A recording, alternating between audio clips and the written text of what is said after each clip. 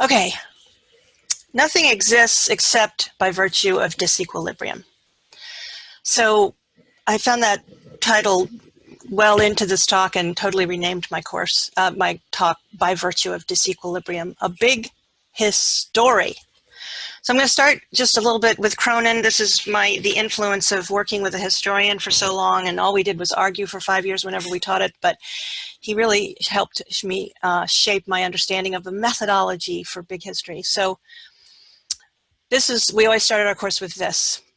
Like all historians, we environmental historians, this is William Cronin who's saying this, we configure the events of the past into causal sequences, stories that order and simplify those events to give them new meanings. We do so because narratives is the chief literary form that tries to find the meaning in an overwhelmingly crowded and disordered chronology. When we choose a plot to order our environmental histories, we give them a unity that neither nature nor the past possesses so clearly. In so doing, we move well beyond nature and into the intensely human realm of value. We try to make sense of nature's past, we try to make sense of nature's place in the human past. And I would argue that as big historians, we try to make sense of humanity's place in nature's past. And that if we recognize that we are, in fact, a history, we do it with a narrative arc. And so here's, of course, the narrative arc. And we pick and choose the things we want to string together in our story in order to make a point, in order to have a moral, in order to have meaning. So I'm going to pick and choose some stuff and tell it to you. Okay, I've got 3 parts, a little theory, kind of living out the theory, and then maybe a conclusion. Okay, so second law of thermodynamics.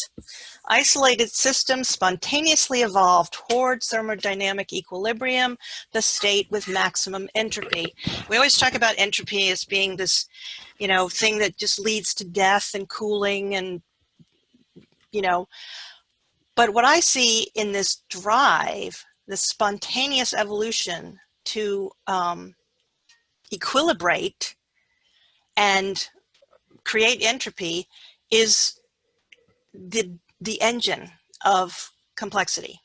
So we all know what happens if you have a water bath here and you've got hot coffee here and cold cream over there, and you let them spill, and what happens? They swirl into something.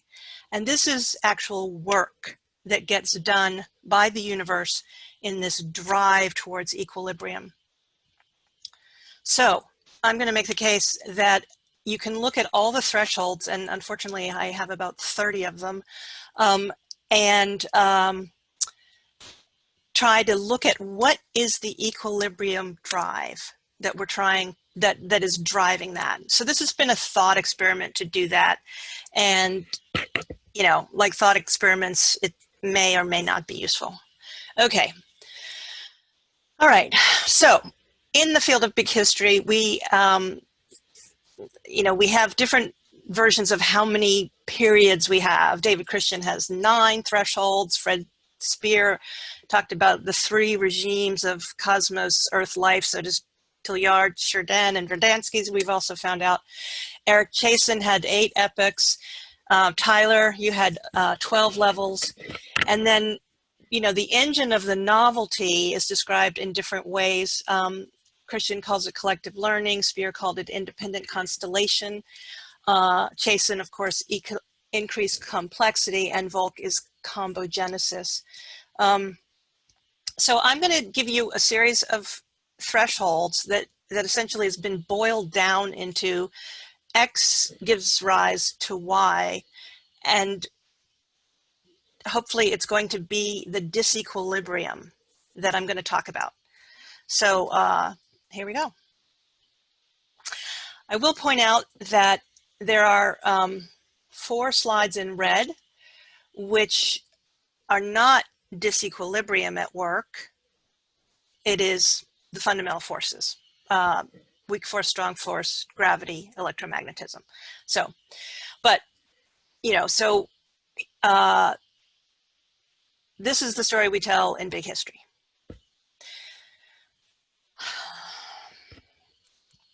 All right, so we start with something from nothing. And this is the quantum foam of the vacuum space, and we know that it's always jiggling. And perhaps the fact that it created the Big Bang is because it was sitting on a false floor, and then that floor gives way, and because of the jiggling, and it crashes all down to the bottom and gives off an enormous amount of energy to become the Big Bang. This one, I don't know what to call this one, but the jiggling of uncertainty gives rise to the Big Bang. All right, number two, we go from a hot plasma to particles and forces. So the very first disequilibrium is the fact that we've got a substance that is cooling. It is dissipating its heat, it's driving towards equilibrium, and that drive towards equilibrium generates our fundamental particles and elementary forces, which I just said in the reverse order. Okay, so we know that electromagnetism is what takes those fundamental forces and elementary particles and brings them together to create hydrogen and a few helium atoms, and it creates 100,000 quadrillion vigdillion very reactive hydrogen atoms that are missing an electron in their outer shell, and it makes them want to bond, and so they first bond with each other and make a whole bunch of hydrogen gas.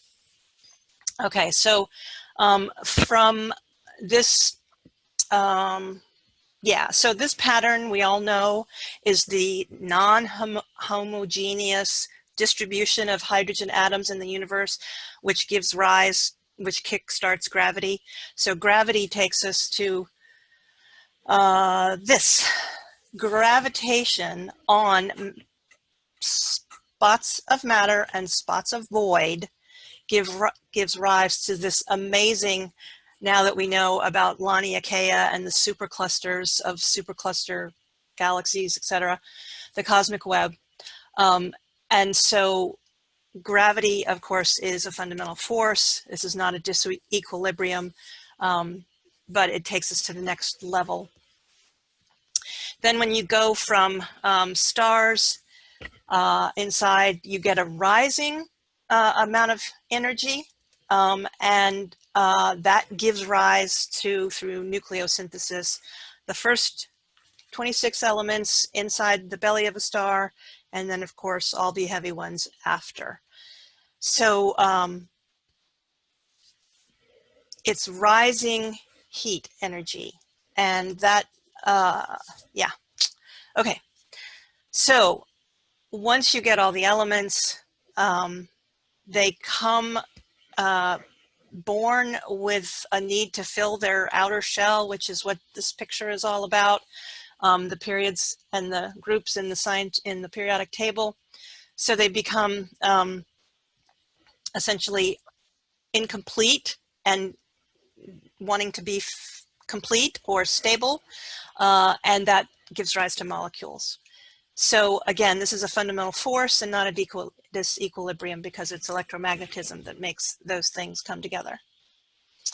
And then when we go from all these molecules to gas and dust, and then planets, again, that's gravitation. None of this is a news flash for anybody in this group. But so let me, okay, so with, sorry, okay, so once we get to planets. So on this particular planet, we know we are blessed with a rock cycle, which is essentially a boiling Earth, a slow boil, where the heat in the heart of the Earth is trying to equilibrate, and it does that by boiling and gives us plate tectonics and the rock cycle. The heat in the bearing down on the planet gives rise to the Hadley cells and our atmosphere and weather, and that drives the water cycle. So all of this on a planet, these disequilibrium of water and temperature gradients on Earth in 3 different spheres, in the lithosphere, the atmosphere, and the hydrosphere gives rise to clays. And I argue that clays are particularly important. They are a derived mineral. You cannot create a clay without plate tectonics. It has to go, it has to be, volcanic, metamorphosed, eroded, and sedimented. So you won't find this in nature. You won't find this mineral structure in nature. And that clays are vastly important because they work on, with their electromagnetism, their ion gradients that clays are support. The disequilibrium of ion gradients on clays potentially gives rise to metabolic pathways. And so here we have, all our different minerals and nutrients, and they're in their ionic form able to attach to clay in such a way that perhaps, the domino effect of an electron hitting this system makes a metabolic pathway. So we're assuming that early metabolic pathways are a response to the disequilibrium of ions on clay. Okay. So this is electron transport and glycolysis, which are two parts of the metabolic pathways of life, which we're going to get to. Okay, so then you have the disequilibrium of metabolic pathways perhaps gives rise to the archaea, which are the organisms that actually eat the stuff that is not sunlight. They're eating rocks and acids and bases, and they're getting their electrons chemically, not from the sun. So then the archaea builds up and you've got organic carbon in their bodies, and that the fact that you've got organic carbon in some places, it's an abundance of something, and just like a gas, if you release it into the environment, it will diffuse. And so granted, this is metaphorical language here, but the fact that you have a buildup of something means that there could be possibly a drive towards equilibrium. And that would give rise to things that would eat organic carbon, so the bacteria and the fungi. And this is loosely, I don't know that these are ranked. And then, so you've got these life forms going on, and then when all of this rises out from the ocean and into sunlight, you've got a huge disequilibrium of the sun, as Joni Mitchell says, that pours down like honey on the earth. That is creating a drive for equilibrating that energy. And that energy, that drive, is what perhaps concatenates all of these very early primitive life forms, taking them from those metabolic pathways that were happening on the clays underwater out in the sunlight to concatenate life. So here are all the, the fungi and the archaea, bacteria, fungi, and cyanobacteria, and they reach a threshold of dealing with their environment, the disequilibrium of their environment that can be wet and dry, hot and cold, light and dark, by becoming a robust biofilm where they start collaborating in order to consume the sunlight, equilibrate the sunlight, equilibrate the nutrients, and equilibrate wet and dry, whatever. It's just these drives. So I understand this is metaphorical language. It is a thought experiment. And let's just bear with me here. All right, so then with the cyanobacteria pumping out their oxygen, then we've got an oxygenated environment, and that needs some equilibrating for life forms to figure out how they're going to do that. And so the biofilm oxygenated catastrophe actually creates a disequilibrium for which a solution is robust eukaryotic pathways that can deal with an oxygenated environment and hide their precious organelles from the the hungry oxygen that wants to tear it all apart in a minute because of its outer electron shell that is not full. Okay, speeding through. What is time? 12:16. Okay. All right. So then you get tons and tons and tons and tons of organic carbon, and this whole idea of disequilibrium actually came to me in my study of stream ecology. So if you've got a pile up of organic carbon like this, it turns out that that is absolutely distributed throughout an entire watershed through a process which I'm about to reveal to you. And this is where I really saw that this disequilibrium of foodstuffs could actually be seen as a driver for life forms to get better and better and better at equilibrizing the gradient. So here we go. Okay. This was supposed to reveal and it didn't. Does it reveal? Yeah, okay. So let me, disequilibrium of organic carbon nutrients gives rise to micro niches. All right, so we've got the organic carbon in a pile, a leaf pile, and micro niches are going to distribute it through the entire watershed. And I could go on and on and on about these details, but I try not to bore you.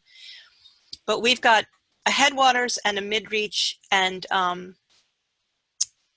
excuse me, we've got a river, and you look at the beginning of the river and you find the midreach, and then you find the headwaters. And it turns out that when you dive under the water, you've got you know, complete little micro ecosystems that are designed for the food sources at this scale.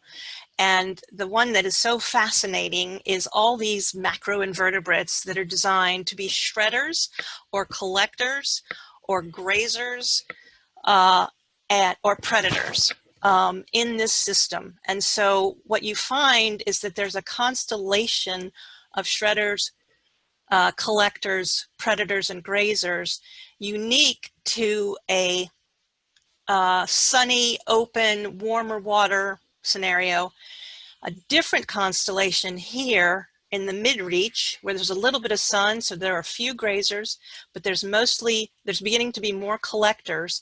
And way up here in the headwaters of a river are the shredders, and they take those leaves and shred them and turn them into the food for this whole system.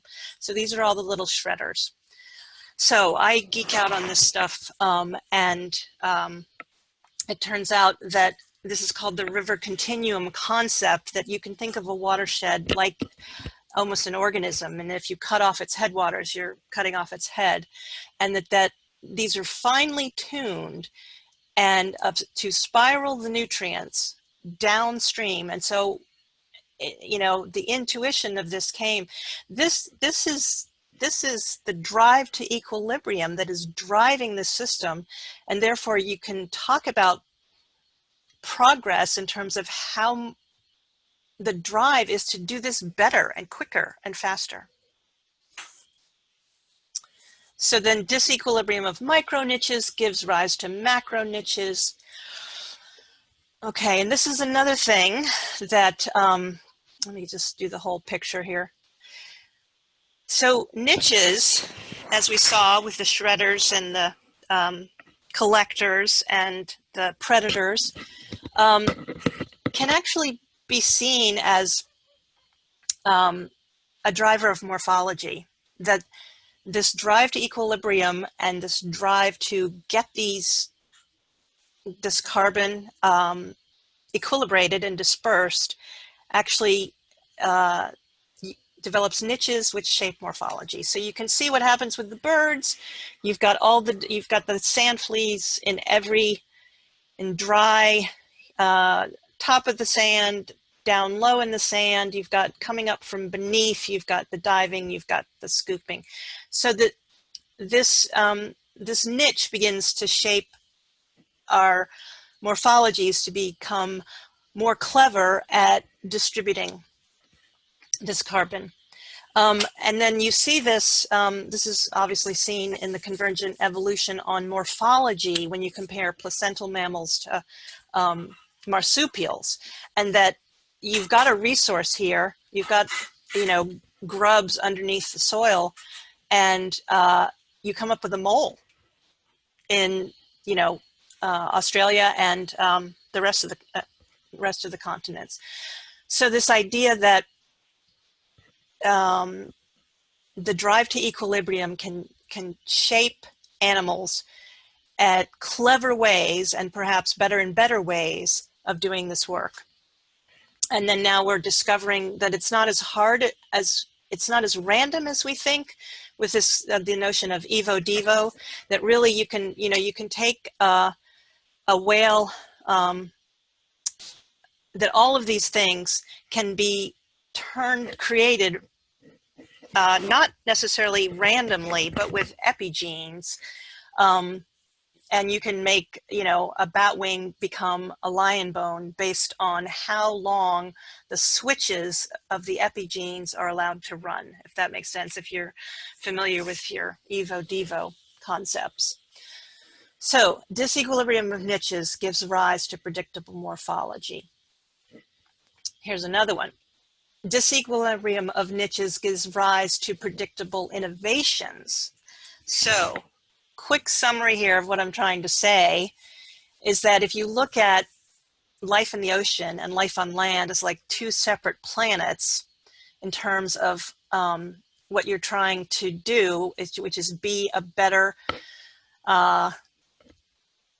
equilibrator, get more skilled at being equilibrating. And what happens when you climb out on land? And there's actually some convergence here. A fish embryo and an algal embryo are equally naked and vulnerable. An amphibian embryo and a fern embryo, which is on its separate leaf called the thallus, is a little bit more sophisticated. Once you're climbing out on land, you get a leathery shell if you are a reptile, and you get a seed coat if you are a plant. And then if you really want to leave the water and go deep into the continent, you develop a placenta if you're a mammal, and a fruit if you are a flowering plant. So there's some predictable, the problems that plants and animals had to solve, the problem that, as they climbed out of the ocean, are solved in comparable ways. So again, this is using disequilibrium to describe the force that seems to be quote unquote progress in nature. All right, one more of these. Niches also create partitioning. Let's see, behavior. Okay, so disequilibrium of niche. So you know the story of the 5 warblers that share the exact same niche in terms of spruce budworms on a spruce tree, but they carve up, they partition the niche. So this one only eats the top of the needles, this one only eats the underside of the needles, this one only captures it from the middle, this one captures it from the bottom. And so this idea that you've got this huge store of carbon in these spruce budworms every spring, and the warblers speciate that in order to equilibrize that carbon. And so that's a behavior, feeding behavior, but then they become they even become changes in color. So, and then back again to the plants and the animals crawling out on land. So there's kind of a predictable a parity here. Fish sex, of course, is just free swimming, floating in both plants and animals. Amphibian sex is a little bit more guided. They release the sperm and the egg right here, but you can see they're clasping. And in the what the ferns have to do is they can be on land, but they have to go back to water to have sex. So they still rely on sperm swimming to egg. Then when you get to reptile sex, they finally figured out internal fertilization. So we can thank them for our second favorite thing to do. And then gymnosperms figure out how to put their pollen grains, their sperm into pollen grains and use wind. And these are not really the same, but they are, they're solving a same problem in a predictable way. And then of course, mammal sex with extended childhood in the placenta with keeping the eggs inside is putting more energy from the parent into the young, and the flowers do the same thing by investing in a fruit. And so the maternal plant gives energy to the future generation. So a similar pattern, and you can call plant structure behavior if you're speaking metaphorically like I am here. Okay, so checking the time. All right. So then we've got disequilibrium on a planetary scale of temperatures and moisture. And then this is temperature and moisture up here. And then you've got differential carbon in different places geographically. So you're beginning to create geographical disequilibriums. Oh, my thing didn't fall down. Which brings us to disequilibrium of temperature and moisture gives rise to predictable biomes. So you can expect to find desert adapted plants in predictable areas based on the water and moisture. So, and then biomes, one of them in particular, they all do this, but this one, the rainforest biome, has a unique form of stored carbon in flowering plants, and the newly arrived 60 million years ago flowering plants that produce fruits. And so you have fruits on treetops, and this creates a huge disequilibrium. And a life form rises to the occasion that has manipulative hands, binocular vision, a tail for balance, incredible curiosity, and maybe safety in numbers. So the disequilibrium of rainforest tree fruits gives rise to social troops of primates. When you have social troops, you might need some equilibrizing of interpersonal relationships. So these neuropeptides that emerge, I don't know this for sure. I would love to know when oxytocin and vasopressin were created evolutionarily. I don't know that. So a lot of this is done on, thinking metaphorically and then having a hunch here. Anyway, this idea of that social groups need these neuropeptides that wash over us or over species in a way that makes them functional, so that, as we talked earlier, they are not, the aggressive, greedy individuals.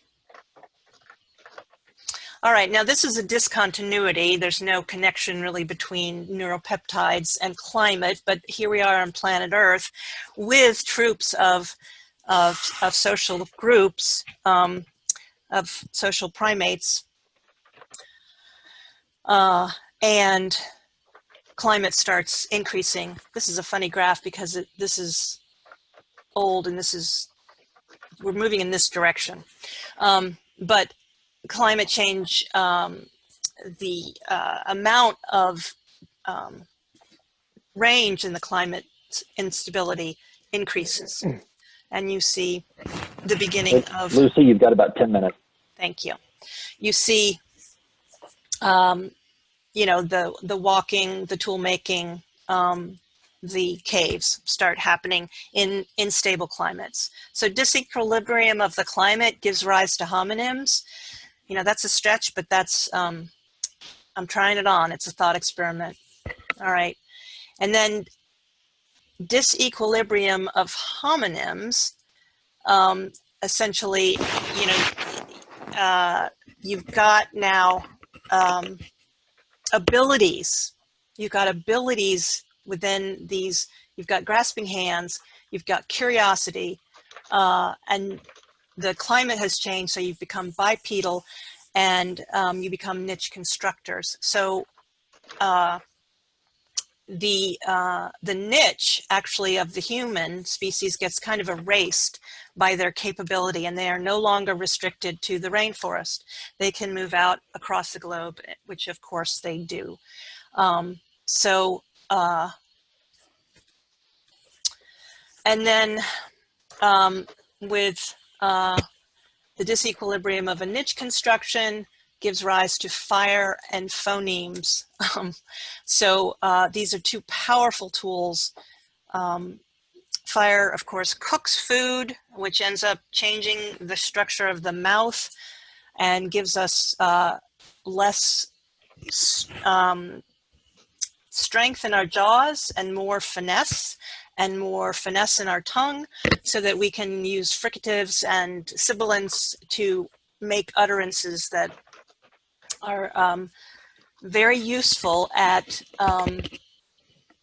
equilibrating the resources on planet Earth. Perhaps that the success or the disequilibrium that is generated by fire and phonemes gives rise to prolonged infancy and grandmothers in this species. Homo sapiens is the only species, well, no, killer whales do this too, but that the hormones shift halfway through the life cycle in the female and essentially create a non-reproductive organism that lives half of its life. And if you are thinking of the selfish gene, that doesn't make any sense whatsoever. But if you are going to try and enhance the equilibration abilities of this species to consume and to equilibrate stores of carbon and essentially sunlight, turn it, you know, the universe itself, the Earth itself is consuming the sunlight that's pouring onto it through plants and animals. We're consuming those. So a new stage enters where a life form loses its reproductive capability for the benefit of the troop or the group. And then when you get, you know, multi-generational groups and the disequilibrium that can happen in getting along with each other gives rise to narratives and collective learning, stories that bind the group together. And disequilibrium of collective learning is now we're very skilled and we've got ancestral knowledge, and we figure out that if we take these seeds and put them over here, and we take these animals and care for them, that we have a way to generate surplus. It's part of our niche construction. And that also, I just get a kick out of this, that I feel like Genesis chapter 3 is all about being kicked out of the garden by manual labor. Cursed is the ground for thy sake, and sorrow shalt thou eat of it all thy days of thy life. Thorns and thistles shall it bring, because once you've tilled the soil enough, you start ruining it, and all you get is thorns and thistles, and you have to eat your own herbs, and in the sweat of thy face thou shalt eat bread. So this is the double-edged sword of collective learning, giving rise to agriculture.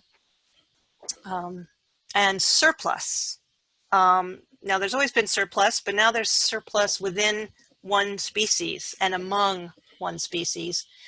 And so you're going to potentially give rise to an economic system that improves the whole group, which is 5 minutes. Jubilee economics. And this is, I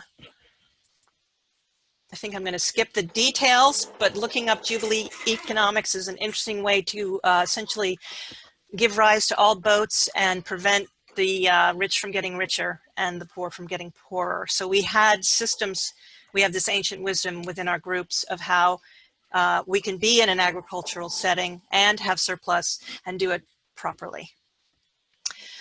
Which leads to trade routes, because if you've got surplus, you're going to want people to trade, and you are perhaps going to benefit from religion if you are on a trade route and you meet people and can have a conversation in your blue socks. If you see this, and this is the Agenda Caves, which Barry took us to, and you can talk about things about like virtues, courage and temperance and liberty and magnificence and proper pride if you are speaking in big, bold terms of religious thought. Of universal religions. And then of course you get the women who are all interested in jurisprudence and then perhaps you get clever and greed together, and you get empires with the trade routes.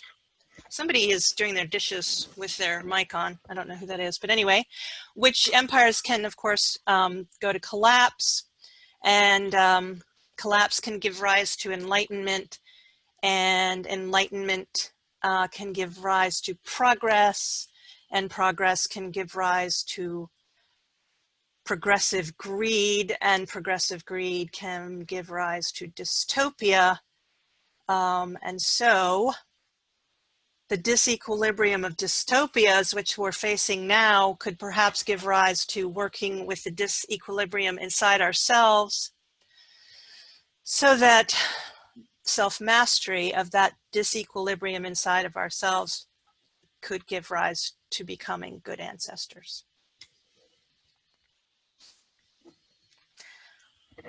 So,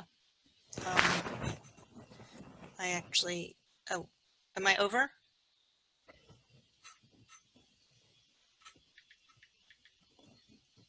$12:38. No, you've actually got 2 minutes. Okay. So if we wanted to do Q&A. Yeah, I have all these morals of the story, but they're way too many to read, so I'm not going to do that. So why don't we talk? But this will be online. As big historians, we try to make sense of humanity's place in nature's past with story. In order to arc this narrative, I've consciously chosen what to include and what to leave out. That's the end. I have done a big history. I have used a methodology to convey information for future generations. Okay, questions? Thank you. Anyone want to stand up or? I just have a comment. Yes, Ken. Yeah, I've been working last several years actually on an ethic that would fit well with a lot of discussions here, including this one. Its roots actually goes. I'm a bioethicist by training or by education, but it begins its roots in the second law of thermodynamics. Then bridges over to information theory, to complexity science, and then to ethics. And some of the nice things about the theory, which actually a Belgian philosopher, Vidal and de la Haye, their philosopher and physicist, beat me to the punch a couple years ago. But the theory can be done deeper and broader than they've done, and essentially shows why you can reach for ethics back into entropy and disequilibrium, which is essentially second law of thermodynamics. I think would really fit. It's also non-anthropocentric, so it takes into account the value of things like ecosystems and alien life forms, if we should find it. Actually, they call theirs universal ethics. I'm calling it complex dash information theory. So anyway, just throwing that out there. It's something I'm working on and working on the draft, and it has a lot of implications, I think. Yeah, I find that, this group is very convergent in its, we're all thinking about the same stuff in different ways.